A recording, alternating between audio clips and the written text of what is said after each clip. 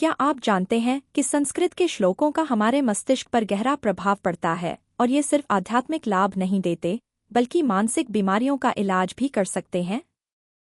हमारे पुराणों और वेदों में संस्कृत श्लोकों का महत्वपूर्ण स्थान है। इनका उच्चारण मानसिक शांति और सकारात्मकता को बढ़ाता है, लेकिन हाल ही में हुए एक अध्ययन ने एक नई बात का खुलासा किया है।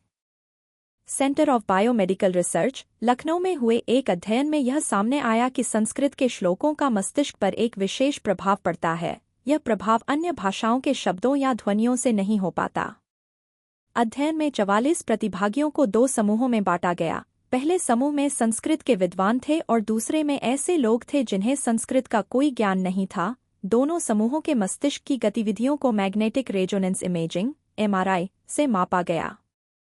जब संस्कृत के विद्वान समूह ने असली संस्कृत श्लोक सुने तो उनके मस्तिष्क के वे हिस्से सक्रिय हो गए जो सामान्यतः संगीत सुनने या कला देखने पर सक्रिय होते हैं। लेकिन जब उन्हीं श्लोकों को बिना अर्थ वाले श्लोक सुनाए गए तो ऐसी कोई प्रतिक्रिया नहीं मिली। यह अध्ययन यह भी दर्शाता है कि संस्कृत श्लोकों का प्रभाव मानसिक बीमारियों जैसे अल्जाइमर और डिमेंशिया के इलाज में सहायक हो सकता है। शोध में यह पाया गया कि श्लोकों के प्रभाव से मस्तिष्क के निष्क्रिय हिस्से भी सक्रिय हो गए, जो मानसिक विकारों में अक्सर निष्क्रिय हो जाते हैं।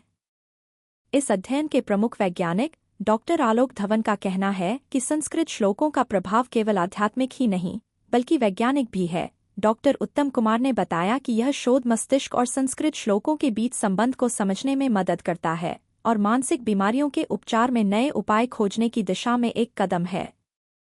तो अब आपको समझ में आया न कि संस्कृत श्लोकों का मस्तिष्क पर कितना गहरा प्रभाव हो सकता है। अगली बार जब आप किसी मानसिक तनाव या चिंता का सामना करें तो संस्कृत के श्लोकों को सुनना न भूलें। यह आपके मस्तिष्क को शांति और संतुलन प्रदान कर सकता है।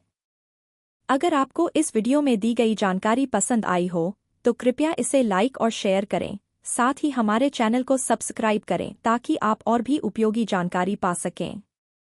धन्यवाद और खुश रहें।